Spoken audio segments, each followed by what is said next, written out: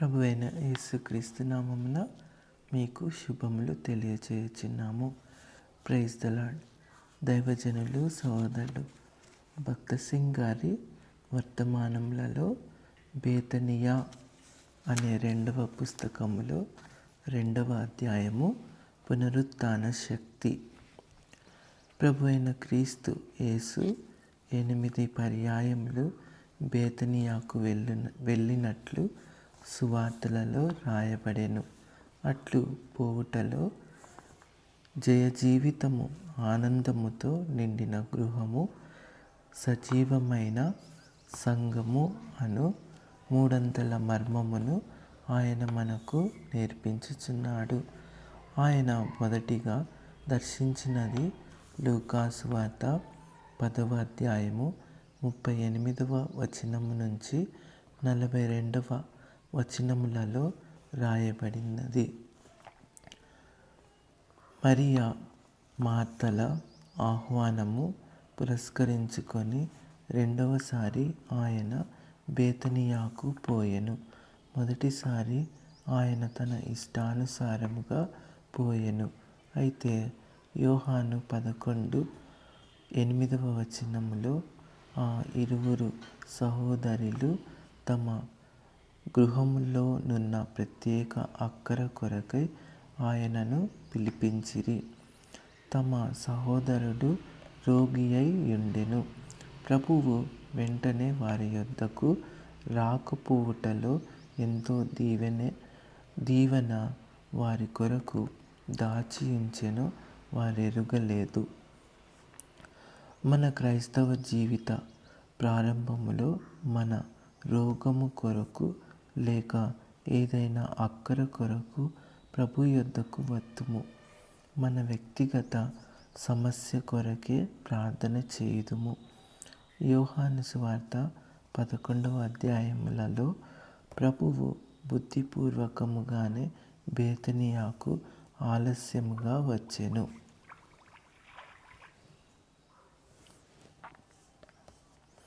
మరియా మార్తలు ఆయనకు కబురు చేసినను గొప్ప ఆశీర్వాదమిచ్చి ఉద్దేశముతోనే వెనువెంటనే ఆయన వెళ్ళలేదు.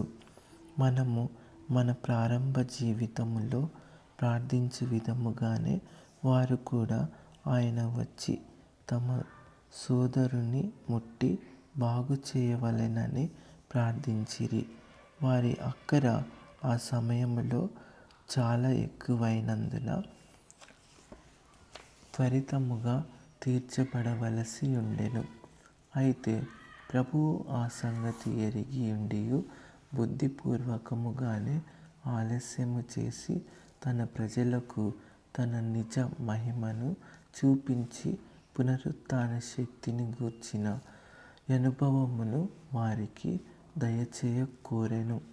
మన ప్రార్థనకు జవాబినిచ్చుటలో ప్రభువు ఆలస్యము చేయుట మనకు ఎక్కువ ఆశీర్వాదమిచ్చుటకే. దేవుని వాక్యములో పునరుత్థాన శక్తి ప్రపంచములోనున్న శక్తులన్నిటికంటే గొప్పదని రాయబడింది. ఫిలిప్పీయులకు రాసిన పత్రిక 3వ అధ్యాయము 10వ వచనము. పునరుత్థాన శక్తిని గూర్చి ఎరుగుటయే పౌలు తన వృద్ధాప్యములో గొప్ప ఆశయముగా నుంచుకొనెను. పౌలు యేసుక్రీస్తు ద్వారా అనేక అద్భుతములు చూచెను. 3వ ఆకాశమునకెత్తబడి అనేక మర్మములు గ్రహించెను. క్రైస్తవుడైన ప్రారంభ దినములందు క్రీస్తు యొక్క స్వరము వినెను. అపోస్తుల కార్యములు 18వ అధ్యాయము 9వ వచనములో ప్రభువు అతనికి ప్రత్యక్షమాయెను. ఆయన నేను నీకు తోడై ఉన్నాను, భయపడక మాటలాడుము అని చెప్పుట వినెను.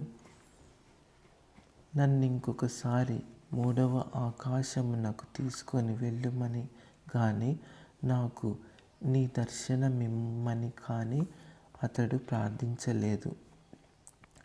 అయితే ఆయనను ఎరుగు నిమిత్తము ఆయన పునరుత్థాన శక్తిని ఎరుగు నిమిత్తము పౌలు ఆశపడెను.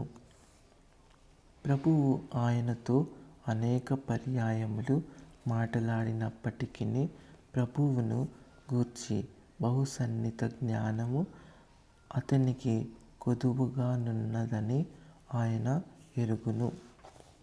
మరియ, మార్త, లాజరు ప్రభువును సన్నిహితముగా నెరుగవలెననియు ఆయన పునరుత్థాన శక్తిని గూర్చి వ్యక్తిగత అనుభవము పొందవలెననియు ప్రభువైన యేసుక్రీస్తు బేతనియాకు వచ్చెను.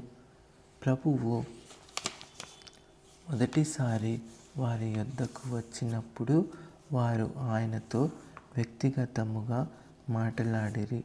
అట్లు ఆయనతో పరిచయము కలిగి ఉండిరి గాని ఆయన ఎవరో వారెరుగలేదు. యోహాను సువార్త 11:22 నీవు దేవుని ఏమి అడిగినను దేవుడు నీకు అనుగ్రహించును అనగా 24 పునరుత్థానమందు అతడు తిరిగి లేచునని నేను ఎరుగుదును అని మార్త ప్రభువుతో అనెను. లాజరు ఆ దినమందే తిరిగి లేచునని ప్రభువు చెప్పినను ఆమె నమ్మలేకపోయెను. అయితే అంత్యదినమందు లేచునని ఆమె నమ్మెను.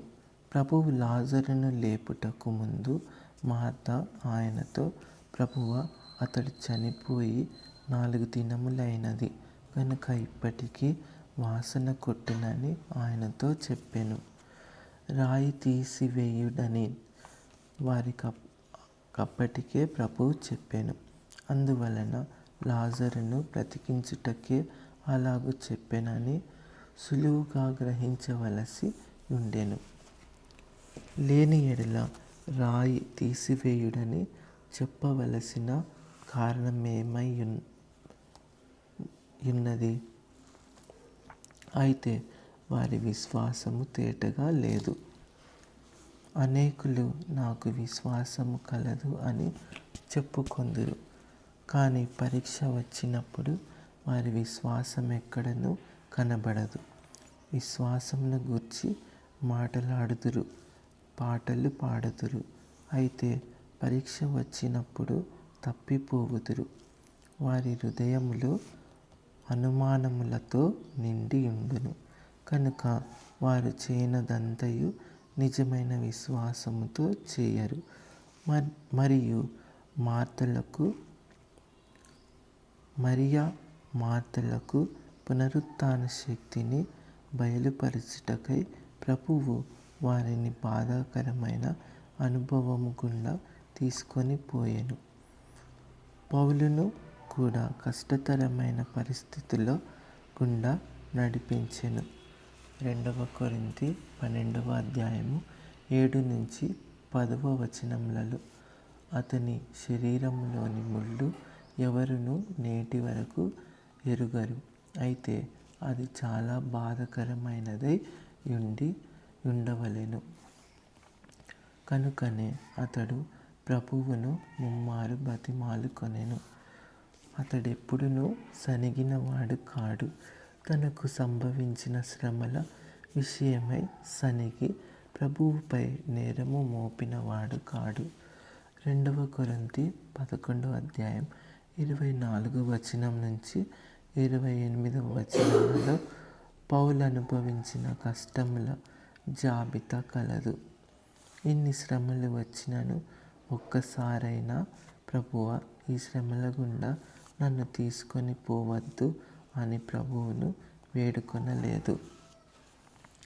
తరువాత తన శరీరంలోని ముళ్ళు చాలా భరింపజాలనిది గనుక తీసివేయుమని ముమ్మారు ప్రభువును ప్రార్థించెను. నేను దీనిని భరించలేను, ఇది చాలా బాధాకరమైనది అని అతడు చెప్పినప్పుడు, నా కృప నీకు చాలును అని ప్రభువు అతనితో ననెను. ఆ ముళ్ళు ఒక ఉద్దేశముతోనే ప్రథమముగా తన్ను తాను తగిన దానికన్నా అత్యధికంగా హెచ్చించుకొనకుండా దీనునిగా ఉండుటకు, రెండవదిగా అతనికి పునరుత్థాన శక్తిని రుజువు పరచుటకు అనుమతించెను. కనుకనే 2 కొరింథీ 12:10 పౌలు తన అనారోగ్యములో సంతోషపడుట మాత్రమే కాక తనకు కలిగిన శ్రమలలోను, నిందలలోను, ఇబ్బందులలోను, హింసలలోను, ఉపద్రవములలోను అతిశయపడుచు పునరుత్థాన శక్తిని అనుభవించెను. ఫిలిప్పీ 4:11-13 పౌలు, నన్ను బలపరచువాని యందే నేను సమస్తమును చేయగలనని చెప్పెను. ఈ మాటలు అట్టి పరిస్థితుల ద్వారా పోయిన తరువాతనే చెప్పగలిగాను. అతడు ఆకలిగొనినను సంతోషించెను. దేవుడు అతని ద్వారా అనేక అద్భుత కార్యములు జరిగించినప్పటికీ ఆకలిగొను స్థితిలో అతని నుంచెను. అతడు కొన్ని దినములు భోజనం లేనివాడుగా ఉండవలసి వచ్చెను. అయినను అతడు బలవంతుని వలె ఉండెడివాడు. దేవుడు మన జీవితంలో బాధాకరమైన పరిస్థితులు రానించి ఆయన యందున్న మన విశ్వాసమును రుజువు చేయ తరుణము మనకు కలుగచేయును. ఆ విధముగా ఆయన యొక్క పునరుత్థాన శక్తి మనలోనికి మెండుగా రాజేయును. ఆ ఉద్దేశముతోనే అబ్రహాము ముసలివాడై అతని భార్యకు కాన్పు ఉడుకు వయస్సు వచ్చునంత వరకు సంతానము కొరకు కనిపెట్టునట్లు చేసెను. దేవుడు నూతన జీవము వారిరువురి దేహములలో పోస్తే తప్ప వారికి కుమారుడు కలుగడు. హారానును విడిచిన తరువాత 25 సంవత్సరములు వారెంత వేదన ననుభవించిరో మనము ఊహించగలము. అబ్రహాము నీతిమంతుడైనను ఆయనకు సంతానం అనుగ్రహింపబడలేదు. ఆదికాండము 12:2 15:2 అతడు ఒక కుమారుని కొరకు చాలా కాలము కనిపెట్టి చివరకు తమ గృహ నిర్వాహకునికి ఆస్తి అంతయు రాసి ఇచ్చుటకు సిద్ధపడెను. ఆయనలో నున్న వేదన గాక అనేకులు ఆయన నపహాసించి, దేవుడు నిన్ను గొప్ప జనముగా చేయునని చెప్పితివే, నీకొక కుమారుడైన కలగలేదే? ఆయనకు నీకు ఇష్టుడవైతే నీకొక కుమారుని ఇంతకు ముందే ఇచ్చి ఉండవచ్చును కదా అని అతనిని ఎగతాళి చేసి ఉందురు. అయినప్పటికీ దేవుడు ఆయనకు పునరుత్థాన శక్తినిచ్చు వరకు అబ్రహాము మౌనముగా కనిపెట్టుచుండెను. రోమా 4:18-25 వరకు. అయితే 94 సంవత్సరములు కనిపెట్టిన తరువాతనే అట్టి విశ్వాసం అతనికి కలిగెను. అతనిలోను అతని భార్యలోను పునరుత్థాన శక్తి కలిగినట్లు అతడు కనుగొనెను. అట్టి నూతన జీవము కలిగి ఉంటేనే గాని వారి జీవితములో అట్టి అద్భుతము జరిగి ఉండదు. పూర్వదినములలో శత్రువులు చేసిన అపహాస్యములన్నీయు అతని విశ్వాసమును బలపరిచెను. ప్రప్రథమమున ఆయనకు కొంత విశ్వాసం ఉండెను కనుక దేవుడు అతనికి కనబడినప్పుడు అతడు తన గృహమును విడిచి యెహోవాను వెంబడించెను. అయితే దేవునికి అంత మాత్రమున సంతృప్తి కలగలేదు. అబ్రహాము పునరుత్థాన శక్తిని కోరుకొను విశ్వాసమును పొందు వరకు దేవుడు అతని కొరకు వేచియుండెను. విశ్వాసమనగా స్వస్థత పొందుట, ఉద్యోగము కలిగి ఉండుట, పిల్లలు, భూమి, భావములు, ఉన్నత పదవి దొరుకుట, పోరాటములలో జయము అని మనము సామాన్యముగా తలంచెదము.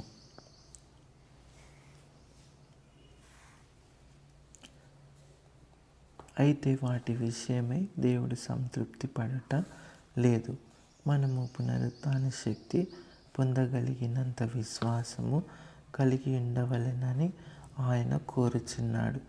ఆ శక్తి ద్వారానే సమస్త హద్దుబాటులు, శోధనలు, పరీక్షలు మనము జయించగలము. ఆ శక్తి ద్వారానే ప్రభు అయిన యేసును గూర్చిన అతి ప్రశస్తమైన జ్ఞానము కలిగి ఉండగలము. యేసే నా రక్షకుడు, అద్భుతమైన శక్తి గల దేవుడు అని మనము పలుమార్లు చెప్పినను ఆయనను సన్నిహితముగా ఎరిగి ఉన్నామా? ఆయనను సన్నిహితముగా మనము ఎరిగినప్పుడే స్నేహితునితో మాట్లాడినట్లు మనము ఆయనతో మాట్లాడగలము.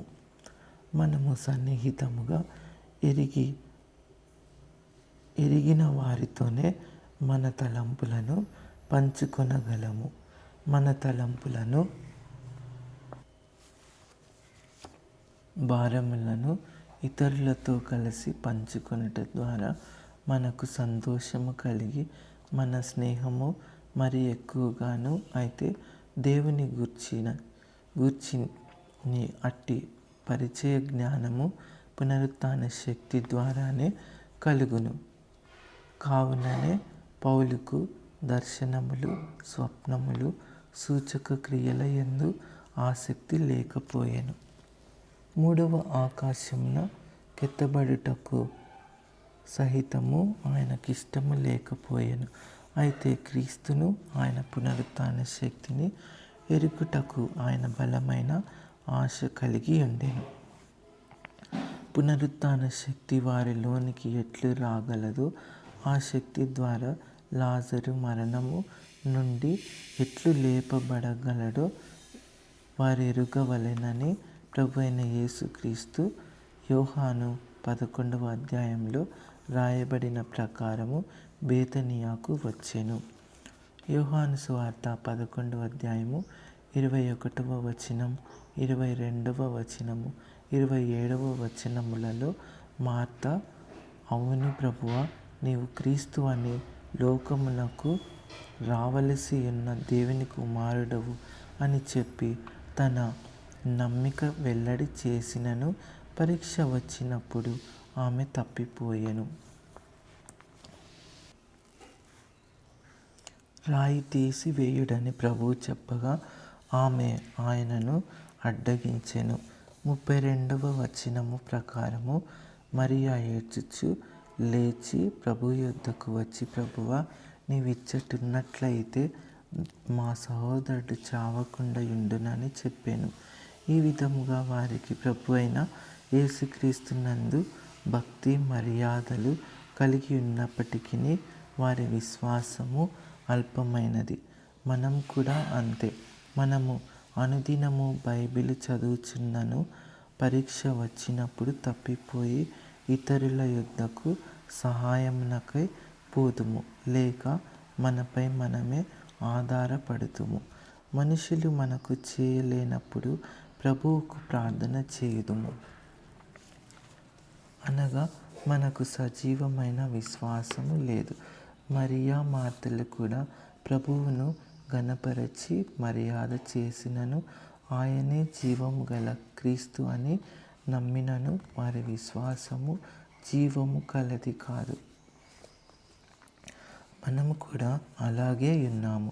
పునరుత్థాన శక్తి మన హృదయములలో, మన జీవితములలో ఎట్లు పొందగలమో మనమెరిగి ఉన్నామా? రాయి దొర్లించుడని అని ప్రభువు ఆజ్ఞాపించగానే అతడు చనిపోయి 4 దినములైనది కనుక ఇప్పటికి వాసన కొట్టునని మార్త అనెను. యోహాను సువార్త 11వ అధ్యాయం 41వ వచనం నుంచి 44వ వచనములలో తన ప్రాచీన స్వభావము విశ్వాసరహితమైనదని ఆమె మాటల వలన మనము గ్రహించగలము. మనము కూడా మన స్వభావము అనేక కడుపులు కొరతలు కుళ్ళుతో నిండినట్లు చూడవచ్చును. ప్రభువా, నేను భయంకరమైన పాపిని అని అనుదినము ప్రార్థించినను మన అంతరంగ దుస్థితిని మనము గ్రహించము. మన పాత స్వభావము పైననే విజయము కొరకు, సహాయము కొరకు ఆధారపడుదుము. మన ప్రాచీన స్వభావము క్షీణతతోనూ వాసనతోనూ అపవిత్రతతోనూ నిండి ఉన్నందున మనము నూతన స్వభావముపైనే ప్రతి విషయమందును ఆధారపడవలెనని ప్రభువు చెప్పుచున్నాడు. రోమీయులకు రాసిన పత్రిక 6వ అధ్యాయము 5వ వచనము 6వ వచనము. మన ప్రభువు మన పాప స్వభావమును సిలువకు కొట్టెనని మనము నమ్మవలెను. రోమా 6:6. మన ప్రాచీన స్వభావము సిలువకు కొట్టబడినదని చూపుటకు మన ప్రభువు లాజరును మృతులలో నుండి లేపెను. మనము మన ప్రాచీన స్వభావముపై నిష్టపడకూడదు, కానీ మన కార్యక్రమము లందు ఏర్పాటులలోనూ నూతన స్వభావమునే మనకు ఆధారముగా ఉంచుకొనవలెను. ప్రతి ఉదయమున నీవు ప్రార్థన చేయునప్పుడు విశ్వాసముతో ఇలాగున చెప్పవలెను: ప్రభువైన యేసు, నీవే నా జీవము, నీవే నా బలము, నా జ్ఞానము. దేని కొరకైనను నా ప్రాచీన స్వభావముపై, బలముపై, జ్ఞానముపై ఆధారపడను. ఈ దినమంతటి కొరకై సమృద్ధి అయిన జీవము, బలము నాకిమ్ము. విజయము కొరకు నా మనోనిగ్రహముపై ఆధారపడను. నేను ఆత్మ బలహీనుడను కనుక, అతి బలహీనుడను కనుక నా అక్కరలన్నిటినీ కొరకై నీ పునరుత్థాన శక్తిని నాకిమ్ము. అనేకసార్లు తప్పిపోయిన తరువాత మాత్రమే అట్టి విశ్వాసమునకు వచ్చుటకు వీలున్నది. ప్రారంభములో ఎందుకు అనేకసార్లు ప్రార్థించవలెను అని మనము ప్రశ్నించుదుము. ఉదయమున 10 నిమిషములు ప్రార్థించగానే అలసిపోదుము. అందువలననే బలహీనులుగా నున్నాము.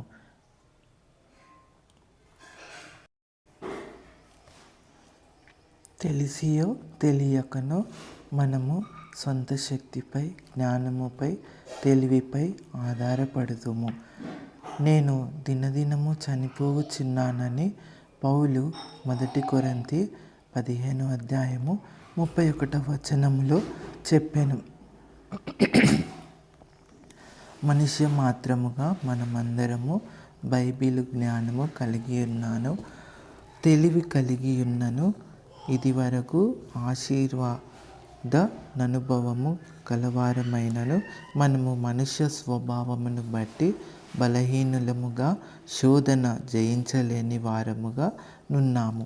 దినదినము తలంపుల ద్వారానో, మాట క్రియల ద్వారానో సాతాను మన జీవితంలోనికి ఏదో ఒక అభ్యంతరము తీసుకొని వచ్చును. ప్రభువు కూడా మనము ఎడతెగకుండా ఆయన మీదనే ఎట్లు ఆధారపడగలమో దానిని నేర్చుటకై మన జీవితంలోనికి ఏదో ఒక నిరాశ, బాధకరమైన పరిస్థితి పంపించును. నాకు వేరుగా ఉండి మీరేమియూ చేయలేరు. యోహాను సువార్త 15:5వ వచనం. సమస్త కార్యముల కొరకు ఆయనపై మనము ఆధారపడవచ్చును. సామాన్యంగా చిన్న వాటి కొరకు కాక పెద్ద పెద్ద వాటి కొరకే మనము ప్రభు యొద్దకు పోవుదుము. అట్టి వైఖరి అనేక పతనములకు మనలను ఈడ్చును. కనుక చిన్న వాటి కొరకు సహితము ప్రతి భారము, పరిచర్య, అక్కర కొరకు మనము ఆయన యొద్దకు పోవలెను. ప్రభు అయిన యేసు పునరుత్థానుడై లేచినప్పుడు ఆయన తన ప్రేత వస్త్రములను సమాధిలోని విడిచిపెట్టెను. రాయి దొర్లింపబడినప్పుడు ఆయన బయటకి వచ్చెను. ఆయన తనంతట తానే బయటకి రాగలిగెను. అయితే లాజరు ప్రేత వస్త్రములతో చుట్టబడిన వాడై బయటకి వచ్చెను. యోహాను సువార్త 11:44. ఇలాగు రప్పించుటలో నొక ఉద్దేశమున్నది. లేని ఎడల ప్రేత వస్త్రములు లేకయే నతని బయటకి రప్పించి ఉండవచ్చును. యేసు అతని కట్లు విప్పి పోనీయుడని వారితో చెప్పగా వారతనికి సహాయం చేయవలసి వచ్చెను. మనకు కూడా సహవాసమవసరము. సహవాసము లేకుండా విశ్వాస జీవితము దుర్లభము. సహవాసము లేకపోవుటచే అనేక మంది విశ్వాసులు ఆత్మీయముగా బలహీనముగా నుందురు. ప్రభువునందు కొంత అనుభవము సంపాదించుకొని వారు ఇంటి వద్దనే కొన్ని పుస్తకములను చదువుచు మేము సహవాసమునకు వెళ్ళి మా కాలమునెందుకు వ్యర్థపరచుకొనవలెనని అనుకొందురు. అయితే సంపూర్ణ ఎదుగుదల కొరకు సహవాసమవసరము. ప్రేత వస్త్రము నుండి విడిపించబడి స్వేచ్ఛగా యుండుటకు లాజరుకు శిష్యుల యొక్క సహవాసమవసరమై ఉండెను కదా. ప్రార్థన, ఆరాధన, సాక్ష్యములను ఒకదాని నుండి ఒకటి వేరు చేయుటకు వీలు లేదు. ఒంటరి ప్రార్థనలో మనము దినమంతయు ప్రార్థించినను ప్రతి అంశము కొరకు ప్రార్థించలేము. అందరము కలిసి ఉన్నప్పుడే అనేక అంశముల కొరకు ప్రార్థించి సంతోషభరితులము కాగలము.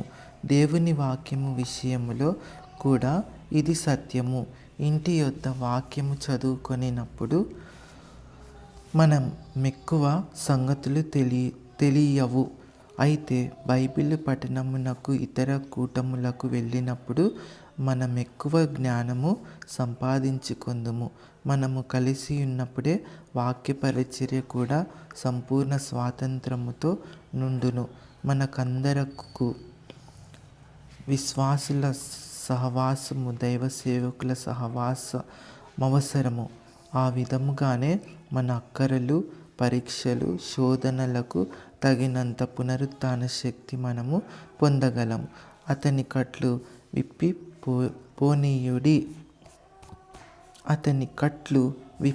పోనీయుడి అని క్రీస్తు ప్రభువు తన శిష్యులతో చెప్పినప్పుడు లాజరుకు స్వేచ్ఛ దొరికెను. లాజరు, మార్త, మరియలోనికి కూడా తన శక్తి వచ్చి వారి